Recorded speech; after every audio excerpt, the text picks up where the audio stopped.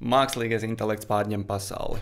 Bet, kamēr tas vēl procesā, tikmēr uztaisīja sev arī sarunu ar Āri Birzi, jeb manu mākslīgā intelekta asistentu. Ir dažreiz cilvēki vēlas konsultēties man, parunāties man, bet citreiz viņiem vienkārši liekas interesanti, ka vajadzētu ar mani parunāties. Anyway. Bet tā doma ir tajā. Uztaisīju šo asistentu, iebaroju viņam daudz informāciju par mani, to, ko plus mīnus, kas man bija pašam pieejama par sevi. Un saliku to visu ChatGPT, un es vēlos parādīt, kā tas izstāsta. Viņš tikai saucās šeit, var redzēt, saruna ar Āri Birzi. Un, ja mēs editojam, tad es vienkārši varēs parādīt, kā es to izdarīju, ar to domu, ka tev nav obligāti jādara tieši tas pats, bet mēģināšu iedot ideju, ko es arī iedvesmojos no Rasmas Pīpiķis. Viņa ir mākslīgā intelekta, Digi Aukla.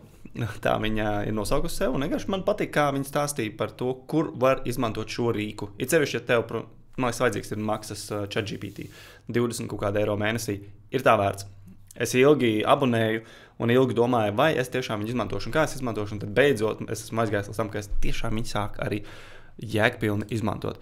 Tas, kā viņu var veidot, ir kopumā, kā var veidot tos GPT, ir šeit vienkārši Explore GPTs, tad var uzspēst augšā labajā pusē Create, un viņš uzreiz atver vaļā jaunu, un viņš ļauj piedāvāt jaunu. Es vienkārši vēlos parādīt sarunu ar Āri Birzi, kas ir. Te, piemēram, ja kāds jau izmanto, te uzreiz var izmantot šos 4, kā es varu saprast, kāds aizsardzības mehānisms man ir, es atkal atlikšu svarīgas lietas, kā es varu spērt soli tuvāk savam mērķim, būtībā tādas pamata idejas, kuras var inicijēt. Un šis tāds vienkāršotākais veids, ko es vēlos parādīt. Bet šeit es sāku ar aprakstu, mazliet kas tas ir, kam viņš ir paredzēts, tur arī tas nosaukums radās, bildi augšu pielādēju, bet te var arī iet uzreiz tehniskāk iekšā un salikt visu informāciju. Te ir nosaukums, apraksts, tas, kas viņš mainās diezgan dinamiski, ja es viņam iedod jaunu papildus informāciju, viņš arī uzreiz maina īstenībā to aprakstu līdz ar to. Te var redzēt, šis ir tas pamata caur sarunu un informāciju, ko es iebaroju, šeit ir pamata informācija par to, ap ko viņš strādā. Viņš ir vēl kaut ko integrējis, es visu informāciju gan īstenībā tur neredzu, bet liekas, ka viņš vēl kaut ko bija paņēmis iekšā, vai arī viņš mazliet citādāk to pārstrukturizē. Tad šeit ir 4 manas grāmatas, ko es ieliku. Viņas ir, šeit var redzēt, mazliet lielāku ekrānu un papīdīšos šajā pusītē. Tā, lai te var redzēt, te ir mana pirmā grāmata Nebaidies, kur ir pieredze Indijā un tur meditējot un 10 dienas paliekot ar sevi, pieņemot klusumu zvērestu, rakstīja visas piezīmes, mans pārdoms. Tā ir tāda visgarīgākā grāmata, kas man ir. Tad ir Mācies viegli grāmata. To rakstīju Rīgas pirmās tālmācības vidusskolas skolēniem, un tas ir viņiem skolēni no 7. līdz 12. klasē, tas paredzēts tīri skolēniem, pašmotivācijai, fokusēšanās, tāds. Būtībā tur tādi tips un triks, un arī daudz dažādi stāstiņi no manis par to, kas man palīdz ikdienā. Jo es neesmu tur perfekts, un man ir vēl daudz lietas, pie kurām es strādāju, bet ir daudz lietas, kuras es esmu jau atrisinājis priekš sevis un cilvēkiem ap mani. Un tad mēs virzamies kopā labāk uz priekšu, uz labāku nākotni. Mēģinam realizēt vairāk potenciālu. Tad ir pabeidz iesākt to. Šeit tā bija mana otrā grāmata, kurā ir 8 soļi, kā pabeigt iesākt to. Un tad puse grāmata ir tāda vairāk par personīgo izaugsmu, otra puse ir manas atziņas, manas stāsti, mani kaut kādi piedzīvojumi, tur pat dzēja ir iekšā. Tad būtībā šī grāmata arī tāds miksiņš starp abām šīm pasaulēm. Un tad ir Prokrastinē gudri, kas bija mana sanāk 3. grāmata, jo Mācies viegli pēc 4. Prokrastinē gudri bija mana 3. grāmata, un tajā es saliku iekšā visu noderīgāko, kas man ir bijis tīri personīgās izaugsmas ziņā. Tur ir tādas tehnikas, padomi, viss, ko es esmu varējis sakot, šis man strādā, to es ieliku, šis man strādā, to es ieliku, šis man strādā, to ieliku. Kaut kādā ziņā man šī grāmata pašam vismazāk patīk. Un kaut kā viņa ir tāds, man nelīdz galam kaut kā, varbūt kaut kas pietrūk, iespējams kāds stāsti vai kaut kas, bet manā sirdī viņa nav īsti līdz galam palikusi. Tā kā pirmā ir absolūti, otrā ir tāds 50-50, un laikam tā pēdējā tā mazāk man pašam. Bet tehnikas un padomu tur ir ļoti daudz. Un Mācies viegli man patīk tādā ziņā, ka tā ir vēl vienkāršāka valoda un paredzēta priekšskolēniem. Kaut gan daudz vecāki tieši saka, ka viņiem viņa patīk. Tādā ziņā, ka viņi lasa un viņiem ar šie domas palīdz viņiem arī darbā ar viņu bērniem vai skolēniem. Tad es ievietoju arī John Whitmore grāmatu Coaching for Performance, lai Es to grāmatu esmu vairākas reizes lasījis, jau pirms gadiem, jau gandrīz 10 lasīju. Es vienkārši, kā saka, vienā elpā apēdu, un tad periodiski es viņu lasu atkal un atkal. Tur ir growth modelis iekšā, tur ir daudz ļoti labi jautājumi, tur ir daudz labas metodas. Vienkārši gribēju, lai ir viens ļoti kvalitīvs grāmatas coachinga fokusā. Tas ir tas, kāpēc es ieliku tieši John Whitmore. Latviski viņi saucās coaching sasniegumiem. Man liekas, tas Internacionālais coaching federācija viņi izdeva gadus atpakaļ. Bet, ja tu proti angliski, iesaku vienkārši lasīt anglisko. Un pat varbūt baigi neiespringt uz visu grāmatu, tur ir daudz stāsti un tā, bet ir dažas nodaļas, kas vairāk ir grāmatas aizmugures pusē, kas ir saistītas ar visādiem jautājumiem, tieši tām metodēm un tehnikām, kuras var izmantot. Un tad interesantākā daļa varbūt tajā visā ir psihoanalītiskā diagnoze. Ir tāda grāmata, kas ir vairāk tāda zinātniska. Viņu es pievienoju galvenokārt dēļ iemesla, ka gan arī viss, ko mēs darām un nedaram, vienalga kādas reakcijas mums notiek, kāds mums kaut ko pārmet, kāds grib kaut ko pārdot, piedāvāt, atraida mūs, aicina būt draugiem. Mums visādos veidos notrigerē dažādi psiholoģiski aizskara mehānismi. Man viņi ir daudz, man viens no tādiem spēcīgākajiem ir racionalizēšana, un tad, ja tu sarunāsies ar mani intelektualizēšanu, racionalizēšanu, tad man arī ar to jāstrādā. Tas man nāk ļoti viegli, bet tad pieslēgties savām sajūtām, novērot tādas garīguma puses, tas viss man prasa efortu, tādu ļaušanās būt. Un vienkārši tā grāmata tur ir pievienot, tu vari pamēģināt, parunāties un līdz ar to aprakstīt kaut kādu savu situāciju, piemēram, kur tu pašlaik bremzē vai kur tu izvairies, vai ir kaut kas tev ļoti labi sanāk. Būtībā veicot šādu sarunu, aprakstot kaut kādas savas situācijas, jūtas un pārdomas, iespējams tev tā grāmata, šis ChatGPT, šis modelis, šī saruna palīdzēs nodefinēt arī, man iespējams ir šādi automātiskie aizsargi modeļi.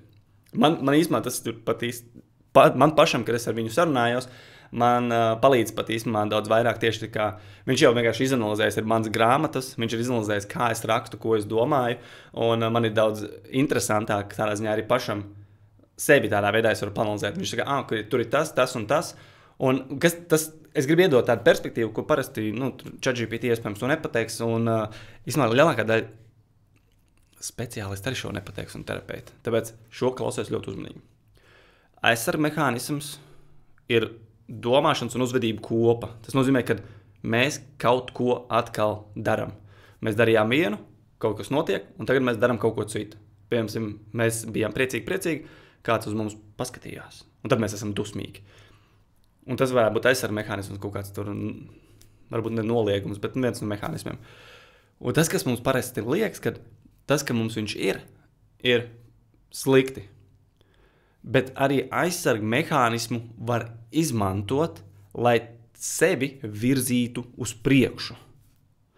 Un varbūt tas ir tas, ka ja tu sarunā ej cauri un tu notver sev kaut kādu šos aizsarga mehānismus, viņus nevis vajag tā kā, šitā man jātiek vaļā, bet domā soli tālāk, tev viņš jau ir, un viņš jau gadiem ir iestrādājies, tas ir uzvedības modelis. Tas, ko tu vari darīt, ir mēģināt vienu līmeni augstāk, tu sauc par meta līmeni, izmantot šo aizsarga mehānismu uzvedību. Ja tu jau zini, ka tu paliksi dusmīgs konkrētā situācijā, tu iespējams to situāciju jau var izmantot, lai paliktu dusmīgs, un šīs dusmas izmantot tālākam risinājumam. Tas prasa mazliet tā ir tāda varbūt jāsauc par to apzināto sevis menedžēšanu. Kā izmantot jau aizsarga mehānismus, lai tu vari uzlabot savu dzīvi. Nevis tas, ka tas ir kaut kas slikts, bet kā kaut kas vērtīgs, kā uzvedības kopa, kura palīdz tev virzīties dzīvē uz priekšu. Es ceru, ka šī doma tev palīdz, jo tas, kas notiek mūsu ķermenī, prātos un ko mēs sajūtam, ko mēs domājam, ir no coachinga, ir tā pieeja, kas saucās. Tas viss ir paredzēts, lai mums būtu labāk. Smadzenes šo visu izveidojušas ir un šo uzvedības kopu izveidojušas, jo viņas kaut kādā veidā uzskata, ka tas priekš mums būs labāk, tāpēc mums joprojām ir šis mehānisms. Ja mēs neiegūtu kaut kādu labumu, mums šis mehānisms nebūtu. Interesanti, vai ne? Tāpēc šī grāmata tur ir pievienota. Es, protams, varēju tur pievienot vairākas, bet es domāju, pilnībā pietiek ar vienu, vienkārši, jo tur ir gana daudz zinātnisks un tāds aprakstošs informācija tīri, kā to var analizēt un notvert, nodiagnosticēt, tā teikt, to situāciju. Tas arī šajā konkrētajā GPT viss. Un ko var pēc tam darīt? Pirms, šeit var pēc tam, tajā gadījumā te būtu create tavā pusē, un tad tu vari noteikt, vai tas ir tikai priekš tevis.